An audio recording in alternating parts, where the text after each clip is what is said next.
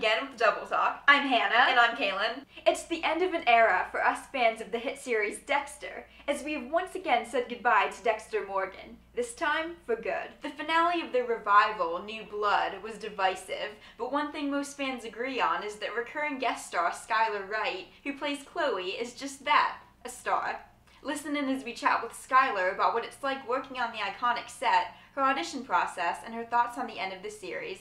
When Dexter was first on, we didn't watch it because we were really little, so we ended up binging it like 2 years ago, I think during the pandemic, right? So I'm wondering, had you seen the entire show before you went out for the pod, or were you like us and you binged it way after the fact? We were, I think, in middle school when the show ended. So, it'd been on as a child, and, I don't think my parents were too keen on the idea of me watching a show about a serial killer. So I wouldn't say I got into it as a kid, but, yeah, I'd watched most of the show prior to auditioning, like throughout the years. And I do think it's funny, like the pandemic definitely made people bigger fans of the show. Yeah, it was like the perfect timing for a revival of the show to come out. But once I ended up booking the show, ironically, my parents watched every single episode from start to finish. So I watched a lot of it with them. And yeah, it's such a good show. It's so good. When you're on set, are the creatives or the cast, are they kind of referring to the way things were done on the original series at all? Or how often do you hear conversations about the original series when you're filming the revival? Like, yes and no. There's certain things, obviously, about the revival that they wanted to keep true to the original show, and like bringing back certain characters. Obviously, Dexter in the original series had his like famous green Henley that he wore as his kill outfit. And so, the moments when they brought that back, like, were all kind of fun for us. And, knowing that certain actors were going to come back and everything, which was a lot of fun. But I think if anything, we talked more about the differences from the original series to New Blood versus like what to do in order to keep it the same. Even just the landscape of television has changed so much since the original show came on. So obviously, I'm one of the only characters to take my clothes off in this series, in this season. And the original show felt like there were naked people almost every episode, Yeah. Because back in the day, that's what was shocking on television, And I remember talking to some of the writers and producers, and they were like, oh yeah, you're one of like the only people. And I was like, wait, what? I didn't know that.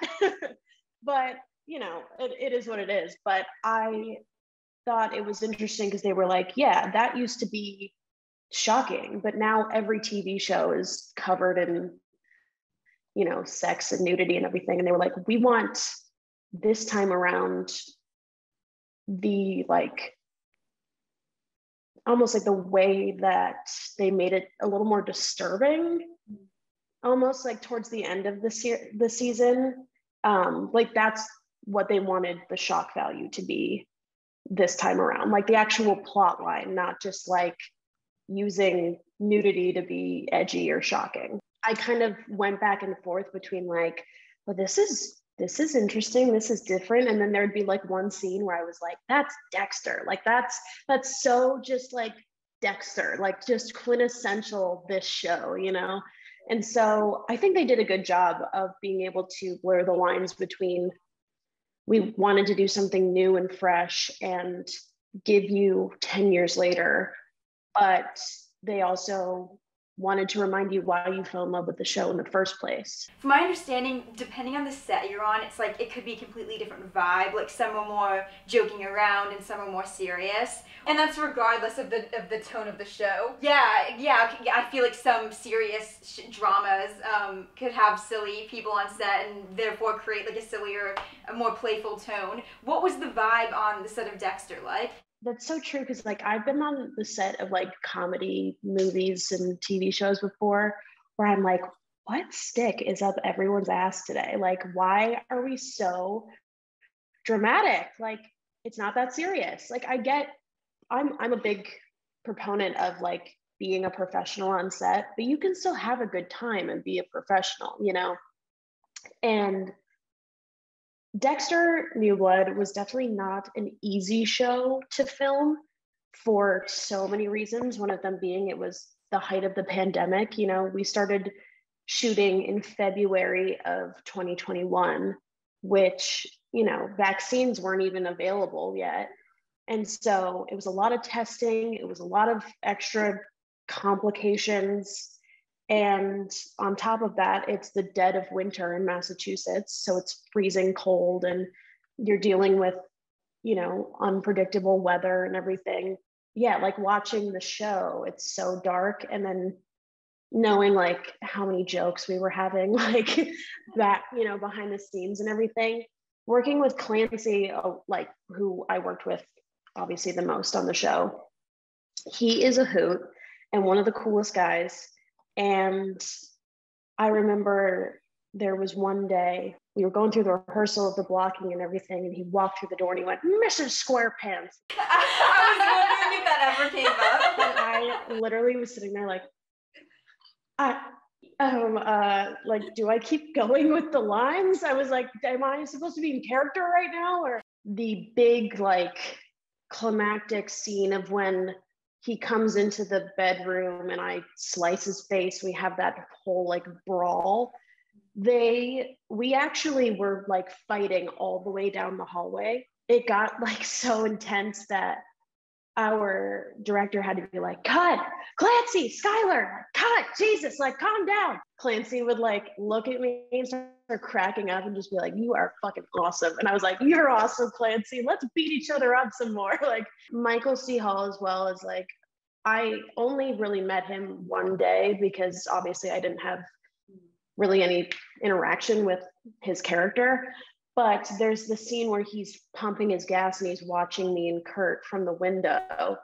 And he like, they were changing some angle or whatever. And he like ran up to the door or ran up to the window and like knocked on it. And we looked and it was Michael and he was like, you couldn't have expected all of the fan reaction on like Twitter and social media and stuff from your role. What has that been like? I don't know if I'm allowed to swear, but I mean, like every single day I wake up and I'm just like, holy shit, what the hell is going on? You know? Yeah. Because I knew the show was huge. I knew the show was going to be massive, but I just didn't know like how much people were really going to resonate with my character specifically. All of the women in this season were just like so badass and so smart. And it was nice to feel like everyone in that cast was like, I don't know, there for a specific reason, played a specific part in the overall story. And no one was just there as like, I don't know, just someone to look at, you know? What did you think of the ending? I would have felt like, what was the point of doing 10 episodes 10 years later just to see him get away with the same stuff again? It would have felt like, okay, cool.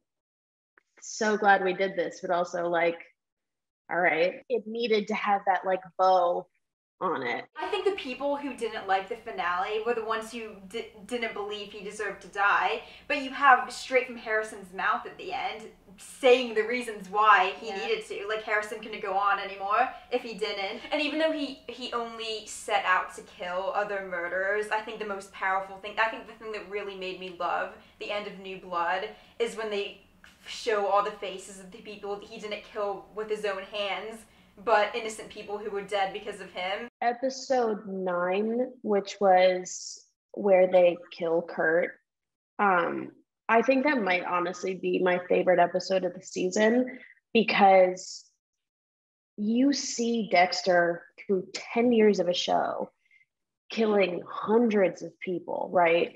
But it wasn't until you saw it through Harrison's eyes. Exactly. Where you were like, this is fucking twisted. It kind of sits with you that all of a sudden you're like, this man has spent thousands of hours murdering people and like chopping them up and putting them in bags and throwing them in the ocean or throwing them in a fire. Like, this isn't like you know, some TV magic, like, you know, knife in the body and boom, they're gone. You know, like there's so much time and effort. And like every second that it goes on is another moment where you are choosing to be a serial killer, you know?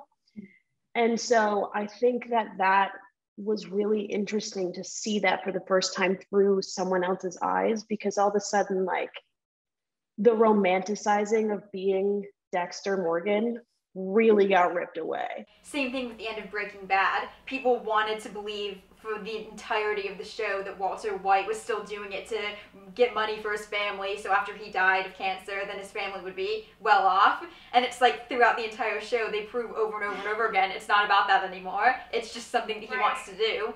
And I think the people who didn't like the end of Breaking Bad, same exact thing. They couldn't accept that we're not romanticizing him anymore.